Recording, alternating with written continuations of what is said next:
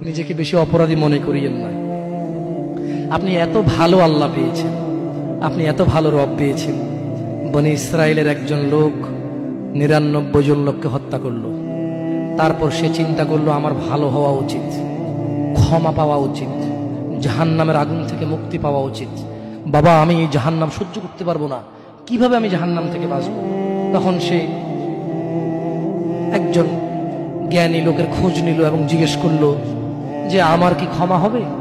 ওই লোকে বলল যে না না, তোমার তো ক্ষমা হবে না। একবারে তারেও মেরে কতজন পূর্ণ করলো? কিন্তু তার হৃদয়ে যন্ত্রণা কমেনি। ওই যে একটা যন্ত্রণা, কি কাজ করলে আমি ক্ষমা পেয়ে যাব, কি এমন কাজ করলে আমি আল্লাহর আযাব থেকে রক্ষা পাবো। সে আল্লাহকে প্রচন্ড ভয় পাচ্ছিল। এট দ্য সেম টাইম সে সিদ্ধান্ত নিয়েছিল যে সে আর হত্যাই করবে না, সে ভালো হয়ে যাবে, অন্যায় করবে না, সে অন্যায় করবে না। কিন্তু তার ভালো হওয়ার জন্য একটা গ্যারান্টি লাগবে যে কে আছে এমন যে আমাকে বলবে কি করলে আমাকে আল্লাহ ক্ষমা করে দেবে। ওই লোকটা যখন মারা যায় আল্লাহ তাকে জান্নাত দিয়েছে। কেন? সে ভালো হওয়ার ইচ্ছা পোষণ করেছে।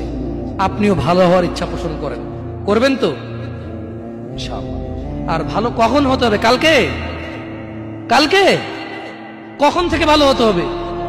না, বিয়ের পরে। ভালো কখন থেকে হতে হবে? না, চাকরির পরে। ভালো কখন থেকে হতে হবে? একটু দাঁড়িয়ে পাকার পরে, নাকি এখন থেকে? একটু নিজেকে প্রশ্ন করিয়েন, যখন বলবেন কালকে থেকে ভালো হয়ে যাব, মহা অন্যায় কথা। মানে আপনি নিশ্চিত গ্যারান্টি দিয়েছেন আপনি কালকে পর্যন্ত বাঁচবেন। এটা কত জঘন্যতম কথা না? আল্লাহ আমাদেরকে বোঝার তৌফিক দান করুন দিনী ভাইরা।